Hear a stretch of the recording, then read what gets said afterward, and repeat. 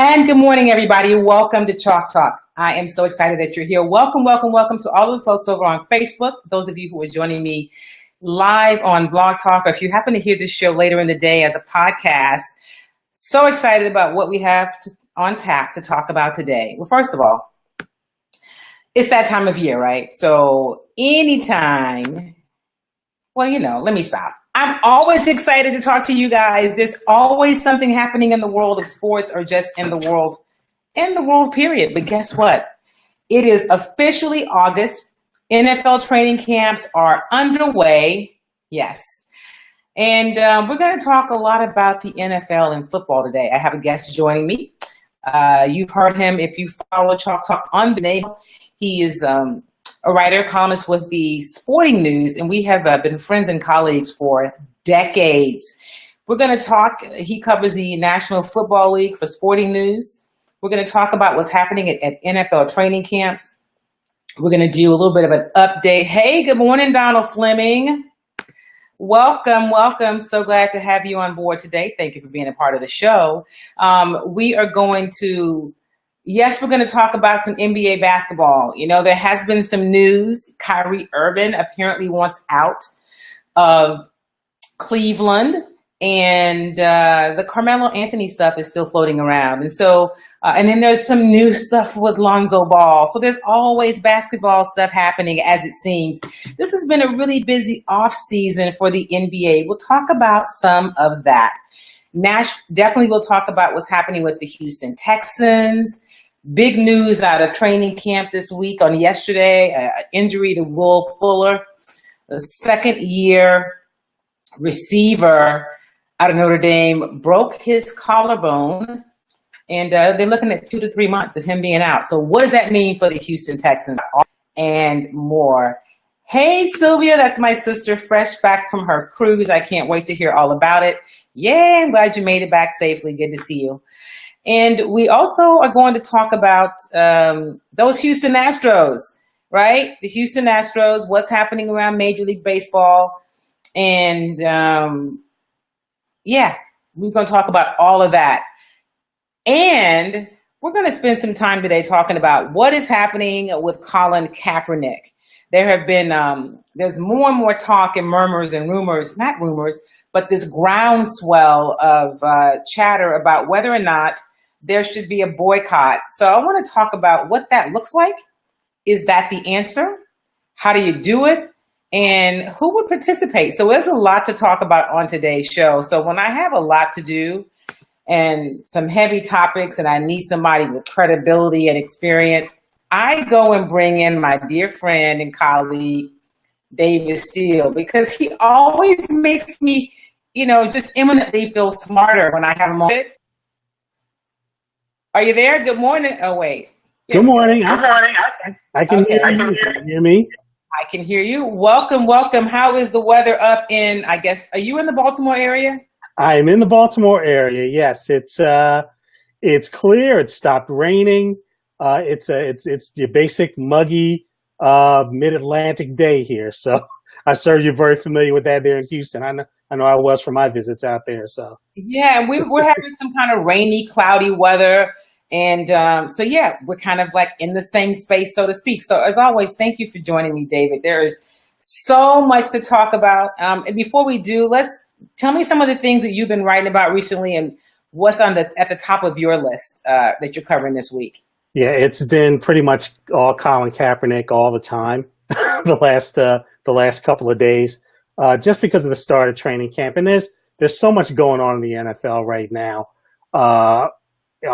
Training camps are open, so all these injuries. I mean, I literally just filed a story which will be showing up on sportingnews.com sometime today about just the injuries, the serious injuries that have happened just this first week, including Will Fuller, which is just mind-blowing, considering what you guys are trying to do out there. But so much has been focused on Colin Kaepernick with what's going on with this whole attempt by the Ravens to come to some sort of decision about what they're doing from the football side of it, from the community relations side of it, from protecting their image, their brand, whether ownership weighs in on it enough, it's kind of swallowed everything up right now for football reasons and for all kind of other reasons, obviously. So let's talk about that, because you're right in the thick of it. The Ravens happens to be the one team that has actually, given some consideration, or at least that we know of publicly, to bringing in a Colin Kaepernick. And then you have this, groundswell of, outbursts from Ravens fans. What has that been like in the area? And take us through really kind of the process, the chronological process of what's happened since they even talked about bringing in Colin Kaepernick. Well, Joe Flacco showed up at training camp with a bad back. And that sent obviously alarms all through the organization and through the city and the fan base, and also obviously triggered the immediate reaction of, well, if anyone's going to go out and get Colin Kaepernick, this is it. This is the situation that so many of the people who are trying to plead caution, who are trying to sort of give the NFL an out in all this blackballing that they've been accused of all off season. The idea was, well, wait till training camp, wait till the starter gets hurt, wait till things get desperate. Some team is going to put that aside and say, we need to go out and get the best quarterback out there. We're not going to get some scrub. We're not going to, go out there trying to appease, this loud segment of the fan base that's, busy talking about boycotting and worrying about the troops and all this other stuff. This is that situation. That's where the Ravens are right now. They're in huge trouble if they don't have Joe Flacco this year. Kaepernick, there is no other quarterback left. It's August. They play a week from today. They need to figure out whether Flacco's going to be out for the whole year and what they can do if he's out for a year, a month, the season, a month, whatever.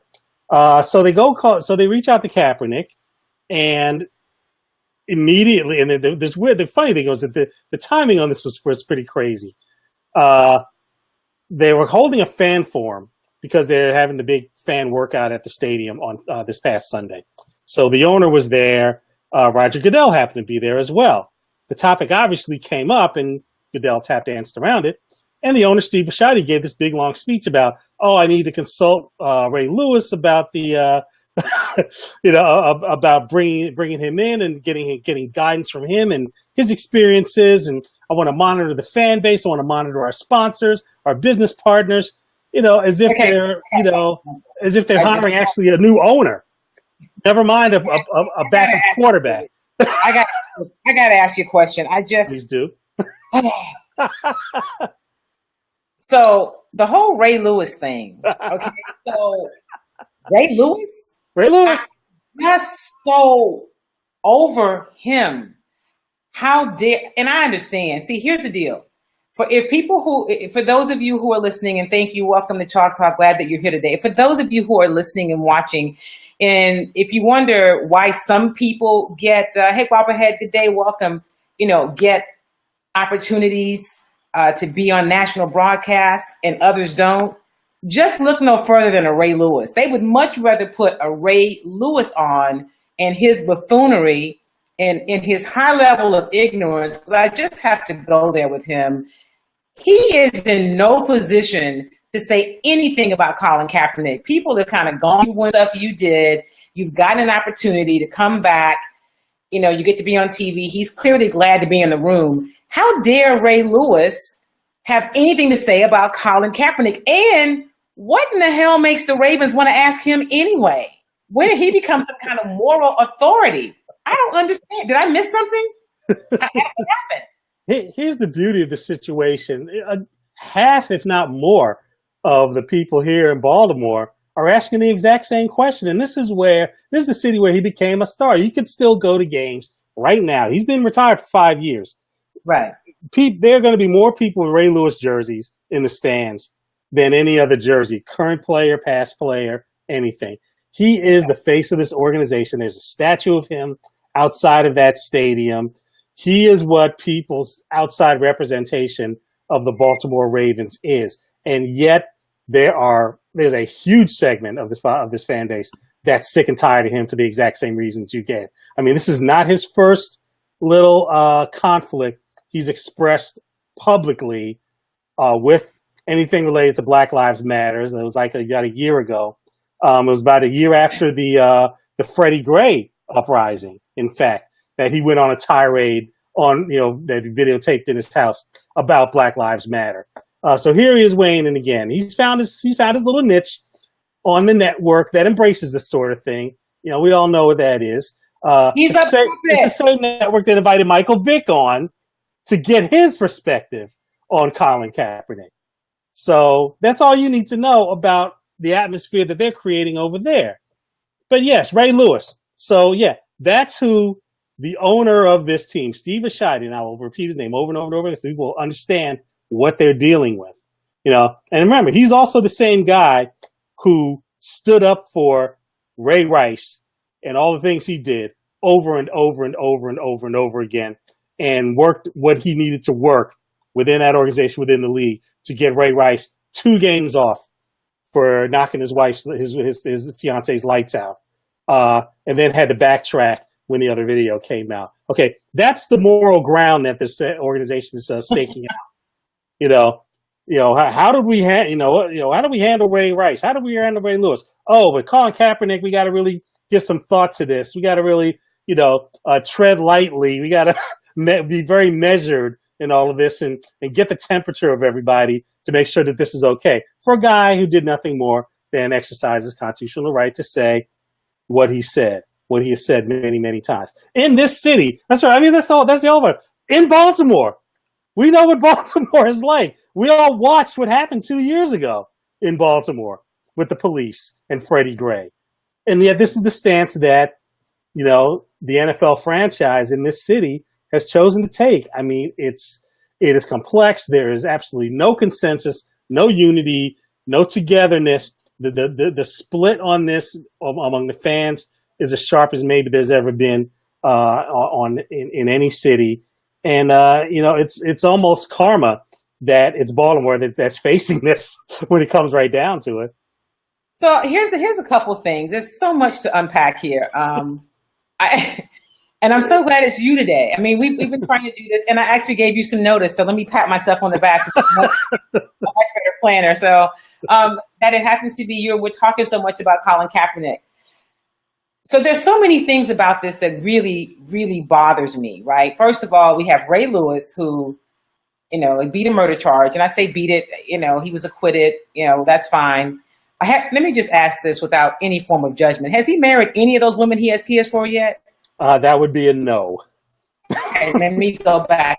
Yeah. So that's Ray Lewis. One of his kids as well. So it's not pretty. That's the Ray Lewis we're talking about. And, you guys know I love sports and I have a lot of respect for what other places do. But this is what bothers me about places like ESPN. You put somebody like a Ray Lewis on and you want to give him voice because he's so qualified. That's some nonsense. But the reality is, folks, they put people on who say what they want to hear. So we have Ray Lewis. And then we go get Michael Vick. And I was a big Michael Vick. I mean, I was supportive of what he did. What? He should cut his hair. I mean, what do you look different? Isn't this to do with what cornrows? You know, the same Michael Vick. Okay, I don't think it's the afro that's the problem. So what is really the problem is, the National Football League and owners have taken a stance that we care more about animals, and you guys know I love animals. Usually, Angel is on the show, but she's at daycare. So clearly, somebody who sends their dog to daycare really loves animals. Animals should not have more rights than human beings, domestic violence. And it's only because that's something that people have, I guess, taken up. Domestic violence is a really big thing, and we're going to be strong against it. Only strong against it because there was video, because you really didn't care about domestic violence. But now we're talking about Black Lives Matter, police brutality, and we're saying, important, right? It's not, it isn't really necessary. And how dare Colin Kaepernick? Don't miss the story, people, about what it really is. And now in Baltimore, of all places, that supported Ray Lewis through all of this stuff with murder charges, that supported Ray Rice as much as they could until they just thought it was just too much heat, because they'd have played him if they thought they could. now Colin Kaepernick, he's not a felony. He hasn't been arrested. He's not a felon. He hasn't been arrested. He hasn't broken the law. He showed a moral compass, and he stood up for something that so many others just have not had the courage or tenacity to do. And that is why I'm so disappointed in what's happening. I just have to think for a moment. It's a lot. It's to see players who the league promotes, who the fans gravitate to, who have really kind of gotten the second chance that so many people desire when they mess up in this league and in life. You know, the way that Ray Rice got her second chance, the way Ray Lewis got a second chance, the way Michael Vick got a second chance. Chris Carter works for the same network. He got a second chance. They're lumping Colin Kaepernick and the things that he did and the things that he has stood for and the way that he has comported himself in this past year. They're lumping that in with what those men did and saying that these are crimes that he needs to atone for, and that we will help you atone for them, but you must confess to them. You must show your contrition to them. You must make good with the public for them. Not even realizing, remember, you're part of the public, I'm part of the public. There are literally hundreds of thousands of fans in Baltimore and the surrounding area who are part of the public that you would think that the Ravens and the NFL would also want to satisfy, want to keep in the fold, keep drawn to. They're being completely ignored. Every time you hear, oh, he's going to be a disruption, he's going to be a distraction, he's going to drive fans away, they're going to leave, they're not going to come back. You're not even thinking about all the fans who have become Colin Kaepernick fans and who are going to follow him wherever he goes. Right. There was a report earlier this week, and I mean, there's just so many threads to this. It's incredible. The top 50 players in merchandising, jersey sales, all that other stuff, Colin Kaepernick is number 39 on that list, and he does not even play for a team. So here's the thing. You're right. There's so many threads to this story, right? So Baltimore, of all places, the liberal kind of northeast part of the country, allegedly. Let me pop this message on the screen. Wappa had said he just read an article about how Cordell Stewart has chimed in on the Cap story. And he said the Cap needs to not be loud in protest and social media. Basically just, shut up and be glad to be in the room. All of those guys, what do they have in common? They're all kind of cut from the same mold. But here's the other thing. What I want other people to do, if you don't support Colin Kaepernick, and that's okay, if you happen to be a person that looks like me, if you are a Black person, if you're an African American, however you describe yourself, don't be one of the people that says he shouldn't be saying anything. What did he expect? The good people, that just makes me, I just can't do that. I mean, you may not want to get on board and be a part of a conversation about a boycott, but don't be a part of a conversation about he should have never gone this route. Because here's what I say. I don't know that when Colin Kaepernick started this, he thought of himself as, I'm going to be this big, broad activist and a symbol. But I don't think any people do that. If we go back to Muhammad Ali, and you guys know how much I love Muhammad Ali, he was revered when he died because he become feeble, because the people hated him when he stood up and said no to the Vietnam War. He said no to the war, but boxing still went on, right? You didn't have, there are people who supported him, but I don't know that when Muhammad Ali stood for what he stood for, he knew all that was going to happen, and that was his intention. My point is, he was true to who he was. Kaepernick has been true to who he is. He did not just start this. Just look at his history with taking a knee. So him being a disruption is because people are uncomfortable with the truth. They don't want us to talk about the fact that police brutality is an issue. And now they don't want us to say that most of you in the National Football League, a league that I cover, you're the help. And if you don't brutality, then you're going to have to do something different. Melanie says, I stopped watching ESPN years ago. You're right, Jessica. I had to go there with daycare. My point is, y'all know how I feel about dogs. Melanie says, he had married. Yeah, Melanie, I was hopeful. I respect the organizations more if they would just come out and say what we already know is the case. They're not going to say it because they're not really being forced to say it, right? Click on the hearts, guy. Oh yeah. Hey, this is the other thing. Thank you for saying that, Marcy. If you will, click the hearts as you watch the show because that helps with the engagement numbers. So we're growing Chalk Talk, or we're working on actually a TV project. So if you will share the video, it's just right down to the right. Whether you're watching the show live or you're watching it the later broadcast, that helps us with numbers. Thank you so much. And Jessica, that's right. If you don't stand for anything, if you stand for nothing, you'll fall for anything. Yeah. Absolutely hated him, white America, and many blacks for the same reasons, Ali. You're right. Here's the thing, David, that it brings me to, right? There's some people that talk about boycotting the NFL.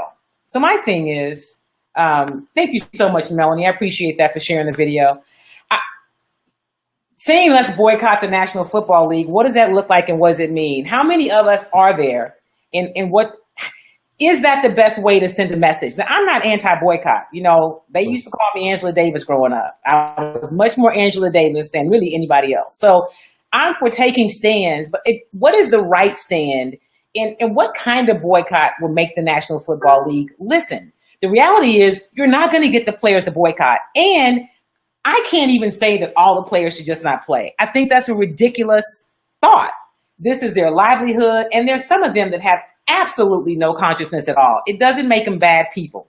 You know, there weren't when Ali did what he did and took the stand that he took, there were not other boxers that said, no, I'm not going to fight.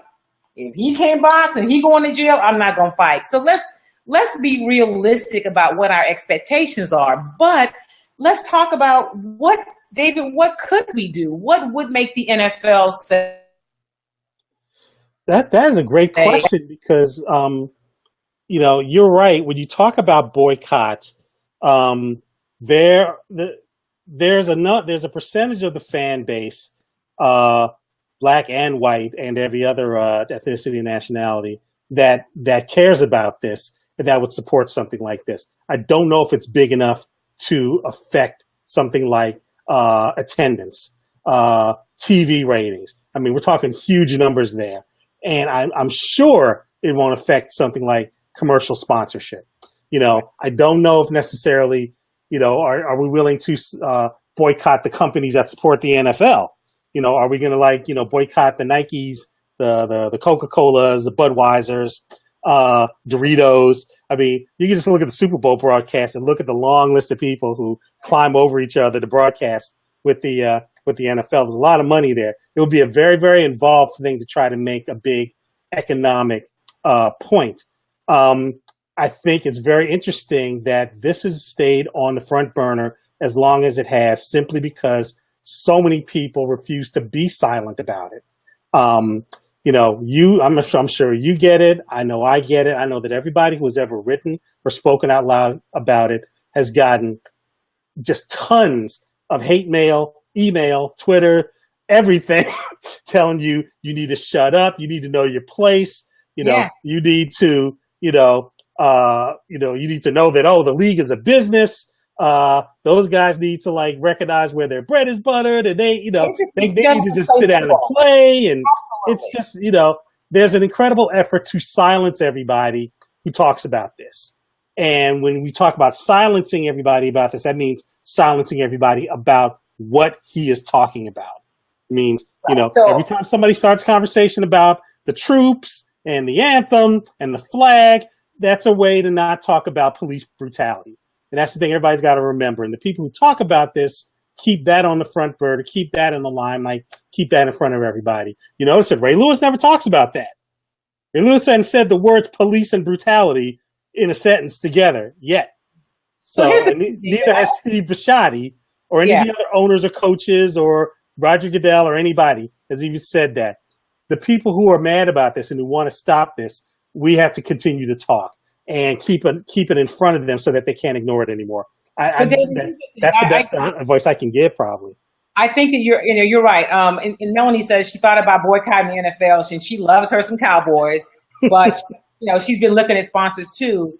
And like she said, she waits for this time of year. So, but you make a point. If it doesn't move the needle against them financially, because let's be very clear, the National Football League, Roger Goodell and the 32 owners, yeah, they don't care about social justice. Let's be very clear about that, because the conversation around Colin Kaepernick is not about the anthem and the flag. There have been too many military people who stood up and said, I fight for him and you and me and everybody else to have the right to take a knee. Absolutely. 100% right. I fight for that. So it's not about the flag. They don't want to admit the fact that police brutality is real, it's biased, it's happening. And so it goes to something bigger. And you're right. When I talk about Colin Kaepernick, if I post things on Twitter, I lose followers. And I said, bye, right? I do. Let me say this. You talk about getting hate mail and notes. We get all of that. So a year and a half ago, a couple of guys did a story about these two female reporters and looked at how they were being, people were saying not nice things to them on Twitter. And I read that, and I had somebody ask me about it. And I said, that each of them had less than, 6-7 years experience. So I said, well, anytime people are mean, I don't think you should be mean. I'm a decent person, and I think people should be decent. But if somebody was just mean sometimes, that'd be the least of my concerns. What I care about is having to continue to fight for access to do my job, having to continue to fight against rules that are different from me than everybody else. Than our reality. And so as we sit around and talk about Colin Kaepernick should have known better, he should have talked to somebody about what he did. Talk to whom? That isn't what being socially conscious is about. When he took the knee, I don't believe he realized his intention was, you know what, I'm going to start a movement and people are going to be saying things. He did what he believed and what was true for him. And I applaud him for that. And I wish that people that look like us could, at the very least, understand that and support his stance. Because you talk about police brutality against Black people, that's all of us. It's all of us.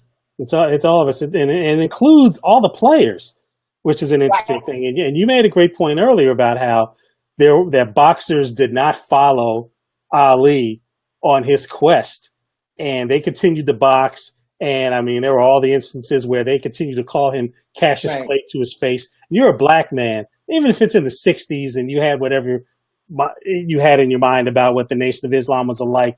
He sits there and tells you that, say my name, and you sit there and refuse to say my name. Nothing reflects what that mindset is like more than that, than to continue to do that.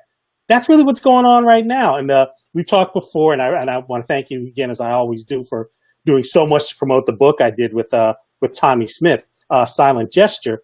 But that's what he talked about in the book, that when he and John Carlos discussed doing something, and they didn't know exactly what it was going to be during the 1968 Olympics, they could not get other Black athletes, other members of the track team to go along with it. The track competition had gone on for like 5 days before they made their protest. Guys were winning gold medals, and women were winning gold medals left and right. Most successful Olympic track team of all time. And they just stood there and did nothing, said nothing, never made a gesture, not during the anthem, not during interviews, not on the track, not off the track, just dead silence. And it took them to do it, and they got condemned by their own fellow Olympic athletes and by other athletes in other sports. That's what Colin Kaepernick's going through right now. There are fellow NFL players who are going to end up going through the exact same thing that he's going through off the field. They know what the league is like. They know who writes the checks. They know what the fans are like. And they know what they face when they step away from the stadium, and might get pulled over somewhere, and nobody knows who they are. And they get treated like, the Freddie Grays and the Philando Castiles and all of them. And yet they're so scared of offending their bosses and their fans and the people on TV that they either stay silent or they take their side against Colin Kaepernick. Let's look at a couple more. Melanie says those were absolutely God's intentions, that he was moved by his conscience. I agree with that. Carolyn says at least he took a knee. You know how many people, exactly, how many people walk, eat, and talk during the anthem? And let me say this. Carolyn, you make a great fact that, man, he's out of line. What is he doing? And when they have a part of the game in every NFL or NBA game or Major League Baseball game where they bring out servicemen and women as a symbol of all of the people who fight to protect and serve us as citizens and residents of the United States, and the people in the stadium, many of them rise. Not that many people in the press box get up. I always stand and applaud, right? That's the only time that it's really okay to cheer or clap. But I'm applauding the people who serve us. And people are not paying attention. Other of these, highfalutin media folks are sitting around. They don't stand up because it's not important. And here's the other thing, Carolyn. People don't see them sitting. That's the problem. What you do in private, is that what you would do if people saw you? Melanie says, we as Black folks are so used to lip action and no movement, kind of speaking in general terms. Good morning, Xavier. Xavier says the problem is a lot of people don't care because it's not happening to them. Absolutely. Whopper had said that Richard Sherman and Chris Long have been the only active players to come of note that they should come out as a whole and give their position. Absolutely.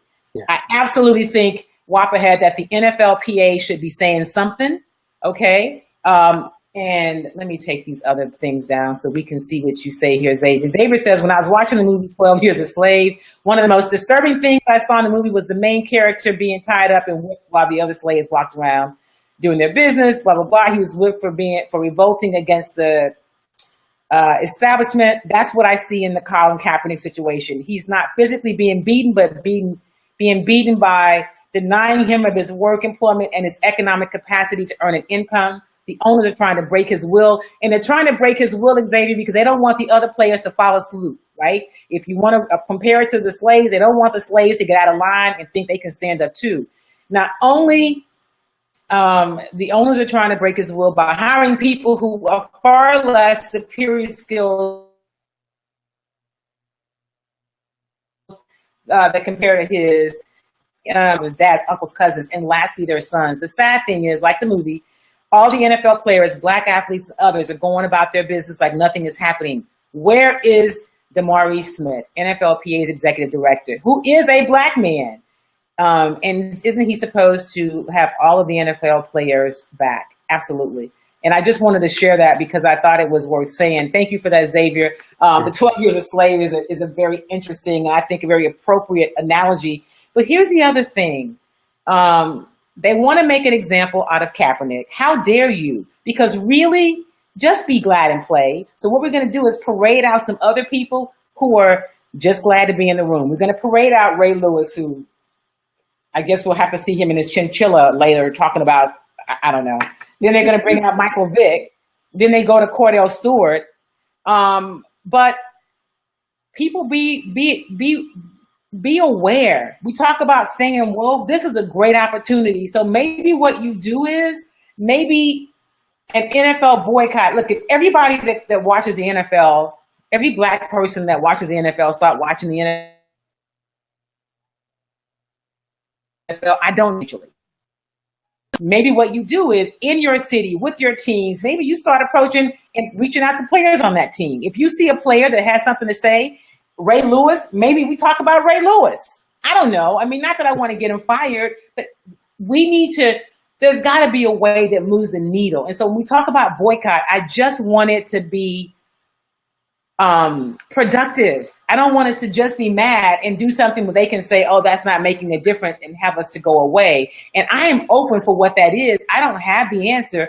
But one of the things is to support the people that need it. And right now it's a Colin Kaepernick and it's a Rich Sherman and it's guys the few who are saying something.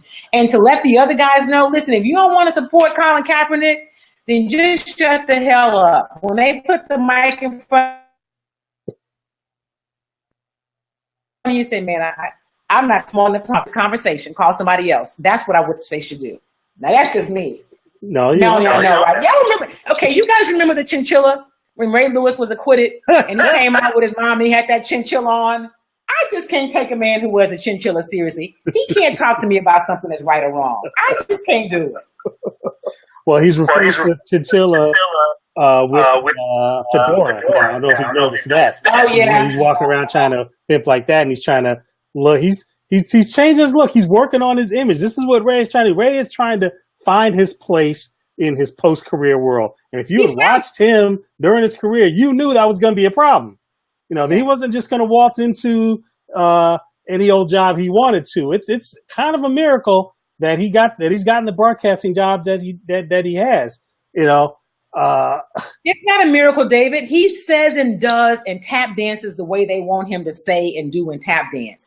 He's what they want to show us as Black people. And so when we say, you know, I'm so tired of people like him, then you need to support people like you. I've brought you David Steele before. David writes for the Sporting News. You can follow him on Twitter at David_C_Steele. Follow his work, read his columns. He's got a book that he wrote. And I encourage you to follow him on Twitter. You can get the link and you can buy that. If you have the largest platform, is what you're gonna continue to have thrown in your face. You're gonna have to find some independent people who either own their own platform or are fortunate enough to work for a place where their voice is not trying to be silenced. Let me ask you this, David. I've had this conversation with people that say, well, you know, Kim, the real reason that, funny, Tobified, you sure right, Xavier, that Colin Kaepernick does not have an opportunity to play right now is because his skills had diminished, and they talk about his numbers. Let's talk about his numbers. And is that really the place? Is that the case? If you look at his numbers, you've covered him from a football standpoint. How does Colin Kaepernick rate with some of these other NFL quarterbacks? Thank you. It's a smear campaign. I mean, there's no other way to describe what happened to him this off season. There are people connected with this league who have found the right mouthpieces to speak on their behalf and to protect them and to protect their identities so they can smear his ability to the public and give themselves some cover so that they don't have to say we're afraid of his social stance. And the fans, of course, who don't want to admit that they're either racist or that they just flat out don't care about the lives of Black people or about the things that Colin Kaepernick is fighting for, they use that as a crutch. People have said, well, look, is he good enough to be a backup on some team somewhere when you look at the terrible backups that are in this league? He's good enough to start for somebody. I mean, even if he starts on a bad team, which he started on last year, he had a good year for a team that had no talent around it, that when they got the new coach and GM in there this past season, they got rid of everybody. So that tells you that he had nothing to work with. And he still put up numbers that were better than guys who have been signed to be starters, guys who have been signed to be backups, guys who have become third stringers. You know, there have been, and I counted it about a month ago, and there have been a few names added to it since then. There have been, I think, about 25, 26 quarterbacks signed in free agency this offseason. There have been, I think there were something like 6 or 7 quarterbacks drafted this past year. You know, Mitchell Trubisky was the second pick of the draft, so let's keep that in mind as well. I mean, you can probably pick out. Didn't Matt Schaub have a job? Isn't he still on the team? Mm-hmm. Matt Schaub, he has a job. Yeah. I mean, let's talk about some of the people around this league that have a job. Don't tell me he's not good enough because of his numbers. Exactly. That's people don't fall for the okie doke. Don't buy it. Big okie doke. Big wool pulled over the eyes completely. He can play. He belongs in the NFL. There's nothing objectively you could say that would convince anybody he does not belong in the NFL. And if people want to trash him and say, "Oh, I looked at his film one time and he overthrew a guy," you know, that kind. That's the sort of talk that's going on. Oh, he had this terrible game in Chicago where it was like snowy and -5, so he doesn't belong in the NFL. You know, and it's insane. It's bad enough seeing it from the fans. The fans are the fans. You know, they're going to show themselves. You know, they have the egg, or what used to be the egg on Twitter. You know, so you don't have to identify them. They're a bot or something like that, or there's some kind of troll. There are people in the NFL who are talking to people in major mainstream publications who are spreading that nonsense and getting people to buy into it. And all it does is give themselves a public excuse that they think is worthy enough to justify not signing him. That's all it is. Is we talk about staying woke, right? This is a great time who buy into the narrative, because there's so many people who say, well, he shouldn't use his job to have a stand. So the people who come out and say, I was sexually harassed at work and I want to talk about it, they shouldn't. What should they do? I mean, how does that work, right? Yeah, I just think that we just have to, I don't know. I think that we just have to be really vigilant and diligent about being informed. That's the problem. So many of us are not informed. We don't really understand what's happening. And what I say to you is, just don't get caught up and fall for the okie doke. Tony Connor says most Black folk will never understand the dynamic of what Cap did, and the owners are telling Black athletes to be seen and not heard. Cap's I want to leave that there for a moment because that's what you were talking about, David. I was trying to share my screen, and so Colin Kaepernick, who has completed 59% of his passes, right? About 59, right at 60% of his passes. I cover out the Houston Texans. Do you know how much they would have liked to have had a quarterback that completed 59.8% of their passes, not as a backup, but as a starter? And so that may change this year, but let's not act like Cap can't play. That's a very, very good point. Thank you for that, Tony. Tyrone Bennett says, Colin took the 49ers to the Super Bowl, but my Texans gave $40 million. Yeah, you sure right. Yeah, you're at ground zero of nobody can ever talk about Colin Kaepernick Central. After the quarterback mess. And we have talked about the show, but without even bringing Colin Kaepernick into it. The mess.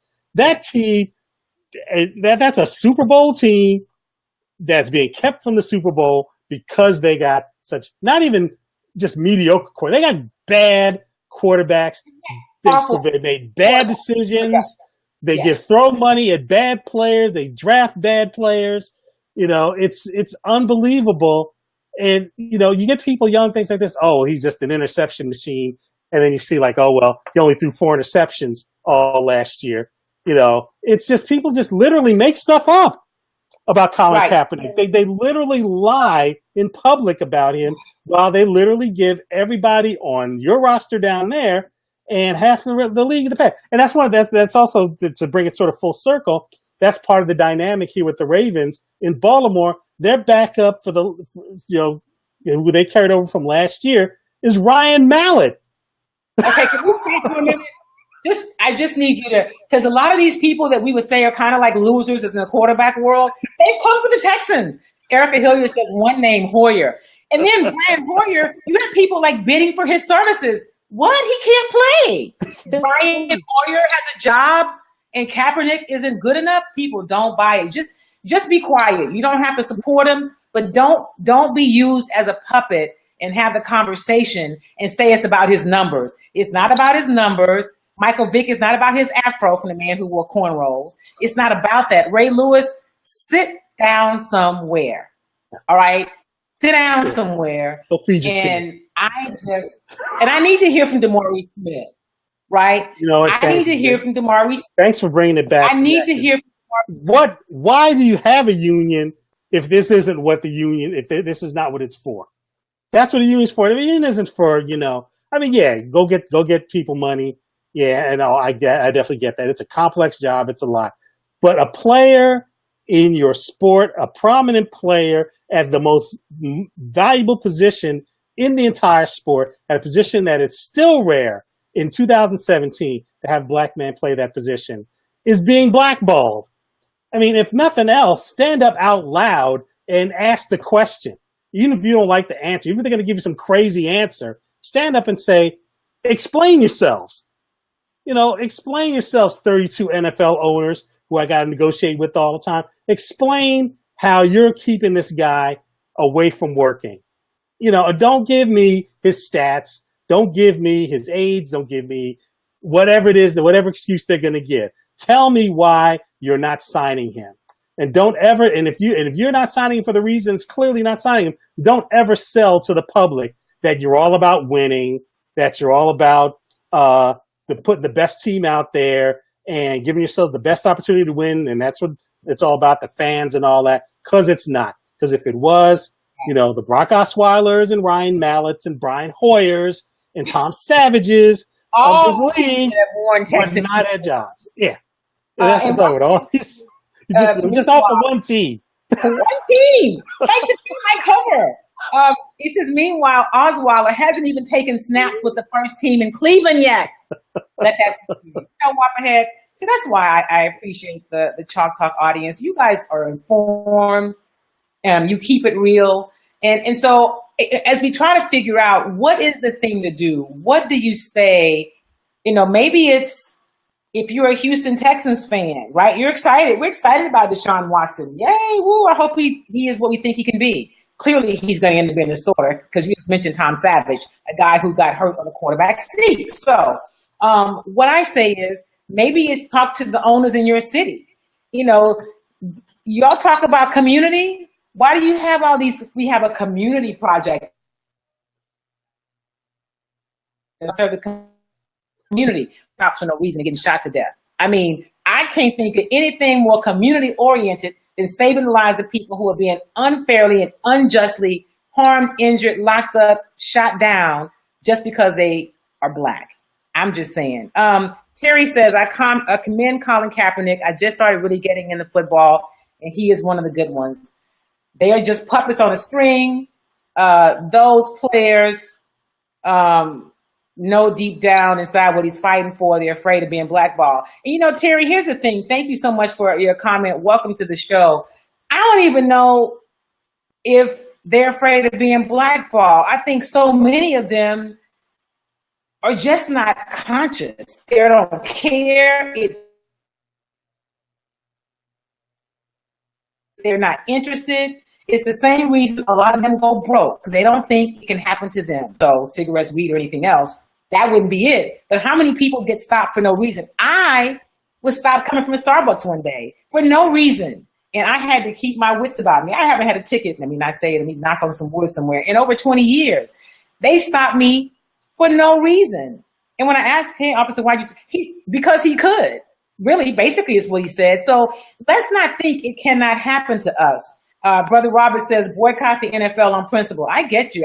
But Brother Robert, I would love to know, what do we do that can be impactful? I mean, how do we, I say call out some of the people. I say we need to be calling out DeMaurice Smith. We need to hear from the Players Association. What are y'all doing, right? You want to stand up about somebody who, the whole, should you smoke marijuana? I could not care less about that. They'll probably legalize it. I think people it's too harshly penalized. I mean, that's another story. But we're going to fight about you failing a drug test, but I'm not going to fight about you having a chance to play because you're standing up for what you believe in, because you have a sense of, and you're going to give me those puppets like Ray Lewis and Michael Vick, who I supported. I'll go with that. And we finally, to Black quarterbacks, we have 2 Black quarterbacks in the state of Texas. Yeah, Dak Prescott, absolutely. And of course, now Deshaun Watson. Good morning, Dorita. There can be no change. And here's the thing. There can be no change without other players getting involved. And I think that's David, we talk about a lot of things. There can be no change. Now, with the Texans last year, Dwayne Brown did, he took a knee. There are players around the league who try to do their part. Dwayne Brown works for one of the more conservative owners in the league in terms of Bob McNair. He's a good conservative Republican man with a bunch of money. And, he supported Donald Trump's inauguration. And I'm not holding that against him, but just know who he is. Good guy, but that's who he is, right? So how do we get the players involved? And then Brother Muhammad says, they're kept away from Black issues on these D1 colleges. Okay, so I want to talk about Muhammad, because the NFL starts telling them about who to use and use these other people like white account. That's not what happens. You're giving the NFL too much credit. If we're going to make a change, it's got to start happening on a collegiate level and maybe before they get to college, because it's straight brainwashing from then on. All right. And if you look at these D1 colleges and look at the head coaches, now there's a deficit in Black leadership. Division I college football. Basketball is different, but Division I college football. Don't get me started about the University of Texas. Okay? And what happened there? I feel it's the collegiate level where there's really more power. And I'm telling you, it's straight brainwashing. And if players are not, don't get the sense of being socially conscious, of taking care, it's really too late. That's an awesome comment, Brother Mom. See, that's why I have such great people that are part of Chart Talk. Jack Darden says, any cap in Miami. Tannehill, speaking of my Aggies, he's hurt already. Yeah, I literally, right before we started the show, I heard about that. It's like, this is all going to pop off real fast because this training camp, we're like a week into training camp, players are dropping like flies. It's unbelievable. And we say that every training camp and said, oh man, the number of injuries is serious. It's really crazy. Something about this year, this first week, something's up. I don't know what's going on. This whole off season was crazy when it comes to that. Yeah. And if teams continue to turn their back, and I think it'd be great. I want to see another team put on the hot seat, because right now it's the Ravens and they deserve all the heat that they're getting and more. I want to see what happens when another team no longer gets to hide behind the Ravens and go like, it's so too bad for you guys. Now, that's going to, because Stephen Ross is kind of an interesting guy. Right. Now, I'm not totally sure about his politics, but he has been outspoken about wanting to do stuff for the community and having the team be involved and connected. He's very generous with his donations and things like that. So, yeah, I'm very curious. And, of course, Arian Foster and a few of the other players were on that team last year, and they took a knee. And Stephen Ross supported them publicly. So that could be very interesting if push comes to shove and all of a sudden – they need a quarterback, and all of a sudden the heat is turned up under them compared to others. And you know what, Kim? I wish we could do an entire show about the whole Division I football, they get their players, how they get their players. I mean, and again, it ties back into the NFL. Every city that there's an NFL franchise faces the issues that Colin Kaepernick is talking about, and that players are engaged in, and they run away from it. They keep it at a distance. They stay at arm's length. They do the stuff. Oh, we're gonna, like you said. Oh, we're gonna rebuild a playground. Oh, we're gonna refurbish a community center. The Ravens, for a stretch of several years, they were giving away new helmets and uniforms for the high schools and football teams, and refinishing their fields and things like this. How does a franchise that does that now turn around and take a stand like this and say, we're just going to go ask our rich season ticket holders from out in the county what they think about, signing a guy who's standing up for Black people in the most public way we've ever seen in this league? How do you mesh those two together? How do you reconcile all of that? So, David, you don't. I don't know how you do it. But here's the deal. A couple of things. This is a great thing about owning your own platform. I can do a show about Division I, so we will do that. We don't have to ask an editor for those people who say, well, why don't you try to go back to TV? Not that they're clamoring to get me, but if I don't own my own platform, I'm not able to have the kind of conversations that we can have today. The reader says, in her report, buy tickets, jerseys, etc. A boycott, this is interesting, a boycott won't work because they can't see an economic impact with our absence. I'm a season ticket holder and they've had my money for months. So I'm about principle and I get that, but I want it to be impactful where they have to pay attention. I want there to be activity where they have to pay attention. So maybe what it becomes is teams that are looking at a Colin Kaepernick, if the ownership, or maybe now, all you Miami Dolphins fans, and I know I have some that listen, Jack Darden, who's in Florida, Barbara Pender, who listens a lot. You all need to call the Dolphins. Let the Dolphins hear from you publicly through their social media. We're interested in Colin. We need Colin Kaepernick, because you talk about the Ravens, David. Initially, we heard that Flacco was going to be out for 1 week. Well, now you're telling me it could be much longer than that. Who are they going to play? That's what it comes down to. That's what it comes down to. It's like, are you really interested in winning? And if that's the case, you're going to go out and get Kaepernick, because he is the best quarterback out there. And it's an incredible fluke of history that he's available to you on August 3rd of the season. Or you somehow take a stand on, pandering to, fans who literally don't care and would put their own hatred ahead of their love of the team, and you're going to get exactly the results you deserve.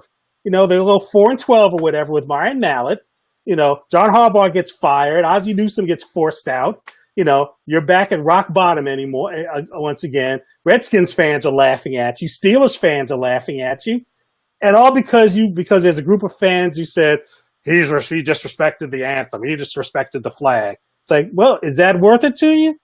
Was that worth it to you? Or do you want to actually do something that, one, helps the team, and two, helps the city that you supposedly represent? I mean, there's so much upside for the Ravens or any other team to sign Colin Kaepernick. And the downside is what? Getting, a bunch of people who enjoy seeing the cops kill people? I mean, getting their support? The logic doesn't make sense, but obviously we're not dealing with logic because we're at this point of the year and nobody signed him. So Brother Robert says Sessions, and that would be Jeff Sessions, y'all Attorney General, for however long that your president allows him to remain in that position. He is fighting to end affirmative action in college admissions. What would happen if black blue chippers selectively boycotted Auburn and Alabama? Hey, Brother Robert, they would be in a world of hurt. You probably see Nick Saban talking about Black Lives Matter, because they can't be who they are without those players. And Erica Hilliard said, if David Carr has been signed as a backup, I will cash in my chips and go home. Let me tell you something. Don't cash in your chips, because he's still going to the bank. These people who were run out of town, tarred and feathered, are still able to get jobs. And Tyrone says that's why a lot of players hold out of OTAs and training camps because of injuries. That's a good point. And Christopher Moore, listen, guys, we have to shift the conversation, right? First of all, we got to be willing to have a conversation. And so many of us are not willing. We want to just automatically say, man, he should have. I've had people, especially in the baby boomer age, right? I've had a lot of them that I've sat with and said, man, he should have known, man. What did he expect? I said, but that's not what being socially conscious is about. That is not what activism is. We always want to act like when somebody does something like a Colin Kaepernick move, he thought about the repercussions down the road. Now I got one beef for Cap. He didn't vote and talked about it. That's it, right? I thought you had a platform. That was not the thing to do and say, he's learning. He has kind of been thrust into this role, but he has been true to what he believed. And unfortunately, he believed that foolishness. But we've learned about that. Yeah. And I support the fact that he's not anti-anthem and flag. You have to listen to why he said he took a knee. People want to turn it into something else. Charles Lamar Drayton says winning for them is not defined to include human dignity for people that look like you. Absolutely. Yeah. And after that, last year's contract with the 49ers, they're paying $16 million this season. I'm trying to think outside the box here, but do you think Cap, expected to bring attention to the hypocrisy and plight of Black and brown in America? B, is surprised by this? Or C, thought he had more value on the open market. Christopher, thank you for that. That is, those are some really good points. Well, one thing to clear up real quick, though, the 49ers were going to cut him. Right. If he didn't knock out his contract. Yeah. So there was kind of a mutual agreement where it's like he was not going to be on the 49ers. He was not going to get that $16 million. Right. That was it. They made that decision. That the old guys who hadn't even come in yet had decided that. So for the new guys who won't even get me started about yeah. You got the offensive coordinator who blew the Super Bowl for the Falcons, right? He blew it. Sure did. Sure did. He needs to own up. He's never even been in the front office as a GM. I rest my case. And how about that? Rita says, people, even with the current culture, you got to be kidding me. You want to talk about Colin Kaepernick can't get a job. Do y'all know what's been happening at Baylor? Do you understand what has been happening at Baylor? I think that we got to have these conversations, and we got to have it beyond just the emotional. Oh, he shouldn't have done it. He should cut his hair. He should be quiet. What did he expect? And talk about what is the real problem. And we got to go back to this Division I piece, man. The Division I piece is critical. It starts before they get to the National Football League, because at that point they get big checks. They're grown. Xavier says, Kim, you're correct. The brainwashing starts at D1 schools. Their motto is, if you are a good black boy and score a lot of touchdowns for us, you can even get arrested because you're really savages to us. We'll get you out of jail. The beginning of tobification of the black athlete. Tobification. Xavier, I mean, y'all don't sleep on what's happening on the Division I level. Understand it. Look at the coaches. Look at the culture. Don't sleep on what's happening at the D1 level. Brother Muhammad says, did Dr. King die in vain? Did Ali sacrifice 3 years of his career for nothing? We are such an ungrateful generation. Exactly. Instead of saying what Colin Kaepernick did is not just for him, it is for me. He doesn't know me.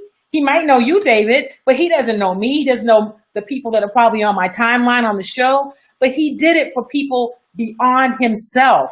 That's what Dr. King did. That's what Muhammad Ali did. And so, yes, we do put Colin Kaepernick in the same conversation when we talk about leaders of civil and social justice.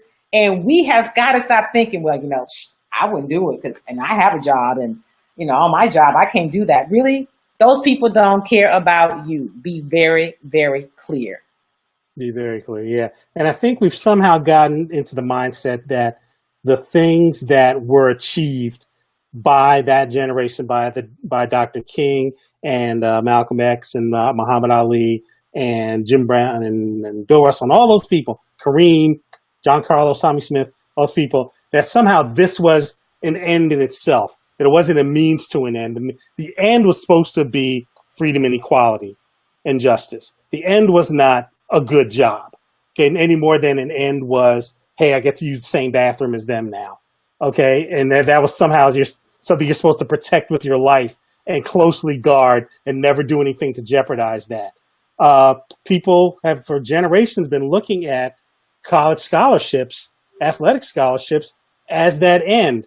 Well, as long as you get to go to college for free, then don't worry about it. Then anything goes. And it's like, we now are at the point where we have to think beyond that.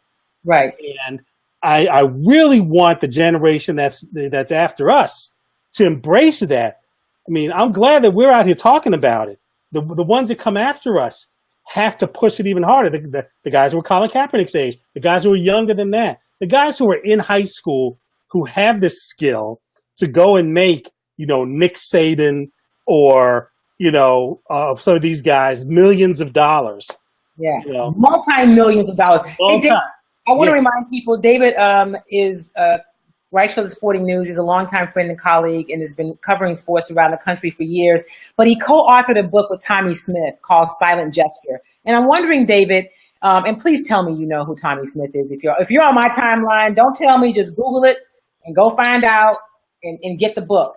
But have you talked to Tommy about this? And, I wonder what a guy like Tommy Smith says about a Colin Kaepernick today. He was totally supporting of what Colin Kaepernick did. And he also really loved it when that next wave of players started raising their fists during the anthem. And he did. I mean, if you can look that up as well. This was back during the football season. He discussed what the raised fist meant for him and John Carlos, what it meant in the history of the movement, and why it means something now, and why protesting the anthem means something today, and why that particular platform was used rather than something else. Because that's sort of the argument everybody makes. Oh, why take aim at the flag or the anthem or something like that? There's a reason why you were doing that, and there's also a reason why the fist was raised. So yeah, he's been supportive of this all along. He has never wavered from that. He's gotten questions about it all the time, and he's very glad that there's an entire generation of athletes now who is aware of the importance of using the visibility that you have. Because as we all know, we lived through it. There was a whole generation that didn't seem to care. When we talked about Michael Jordan many times about this Mr. Republicans buy shoes too, this generation is revived. They're echoing what's going on, even without a lot of intimate knowledge of the 60s. That'd be like their grandparents' age. They're aware now, and Tommy Smith and some of those older athletes have been doing a pretty good job of making that connection for them. So yeah, he's been aware of this for pretty much from the beginning. And the one thing you also have to remember is that Harry Edwards, who was advising Tommy Smith and John Carlos during those protests, also advised Colin Kaepernick.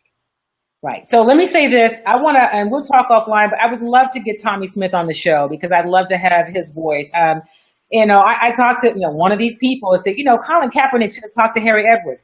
Shut up. He did talk to Harry. Christopher says the NFLPA and players won't even unify and strike to get guaranteed contracts. The average NFL career is 3 years, and you have to play 4 to get a pension. So it's paramount these guys strike for guaranteed contract without injury clauses. But they're not willing. They don't have the mindset, because once they get to the league, they're already in debt to agents and they need that money. Charles says yes. And then Brother Robert says, Brother Steele is on point. The end is not to sit in the restaurant, hotel, or restroom, but to own them for ourselves. Listen, you've got to support people who are trying to do something different, because I couldn't go back to my former employer, pick one, NBC's Candidly. I wouldn't be able to do that, right? But it's my show, and I, of course, am always responsible, and I am a journalist, but I'm able to have a conversation that I think is viable, and I have editorial control. So we've got to support the places and the people, the restaurants and the businesses and the platforms and the shows and the writers who even are working for big publications. Support them in their work so that they are able to still kind of disseminate these messages in a mass way to a bigger audience. And we're not stuck listening to these buffoons like Ray Lewis. I just want to scream when I think about Ray Lewis and Mike Vick and Cordell Stewart. Are you kidding me? And if it was basketball season, we'd be talking about Charles Barkley. So let's not. But that's not. Cannot. All right. So we are just about, we're almost out of time. I went a little longer today, and I appreciate David spending the entire hour and almost 10 minutes with me. So here's a couple things. Absolutely. So follow David on Twitter. Get his book, Silent Gesture, with it. He co-authored with Tommy Smith. It's as relevant today as it was when he wrote it, and as it was when Tommy Smith, raised his fist back in the Olympics. It's necessary that we support these voices and have these conversations. And the other thing is that we have these conversations with information. Listen, we need to be putting some pressure on the NFL Players Association. I mean, that's a smaller entity, because the reality is, anybody that wants to boycott, I say do it, right? I'm all for taking a stance, but I want us to also we can do multiple things. We need to start talking about Division I. We need to pay attention, y'all, to what's happening on the national political scene. Jeff Sessions, while Trump is trying to run him out of office in his cowardly way, is going around trying to kill voting rights, worried about affirmative action in college and so college admission. There are so many things for us to talk about. Okay, there are so many things for us to talk about. Brother Robert said, thank you, Sports Team, a great show. I appreciate you, Brother Robert. And Rita says, use Amazon Smile and select this woman's work when you buy this book. The charity will be blessed. Absolutely. So see, there's so many ways we can support one another, other causes. Get the book, go to Amazon, support a charity, but let people hear from you. And here's the thing I also want you to do. Share the broadcast. Make sure you're following me on the page, Kim White Davis, because I've moved the show here so I can grow it to a bigger platform. I'm limited on my personal page, so I'm trying to get those who follow to come here and watch it. So if you will share the broadcast now, if you're watching it live, or if you watch the rebroadcast of it later, I appreciate that, and definitely support David Steele. David, thank you so much. We will talk soon. Let's connect with Tommy Smith and keep up the great work you're doing. If anything breaks in Baltimore, let me know. I will do that. And thank you again for having me on. It's always a joy. It's always a pleasure to be on. And I'm always ready to jump on when I'm invited. Last second, long in advance, doesn't even matter. Just asking. I'll be there. Right. But I appreciate you, and I am getting better. He actually had a week's notice, so. But I had a ball again. I'm so glad to have this kind of conversation. I'm so glad you provided. All right, thanks a lot. Take care, everybody. All right, take care. That's David Steele. Marshall says, well, let me go these last couple comments before we leave. There is no effort to get rid of racist Sessions. It was an effort to solidify his position so he could do the dirty work. You know what, Charles? You might be right. You absolutely might be right. There we go. Don't sleep. Marshall says, support Cap's GoFundMe campaign started by Sean Roberts. I really like Sean Roberts. And Dorita says, thank you to you and your guests. Hey, guys, thank you so much. We're out of time. Share the broadcast. I will see you next Thursday, if not sooner. I was going to say Beyond the Headlines. I've made up an old show again. I'll see you next week on Chalk Talk. Share the video. Follow me on Twitter. Follow David Steele and buy the book Silent Gesture. Have a great, great week. See you next time.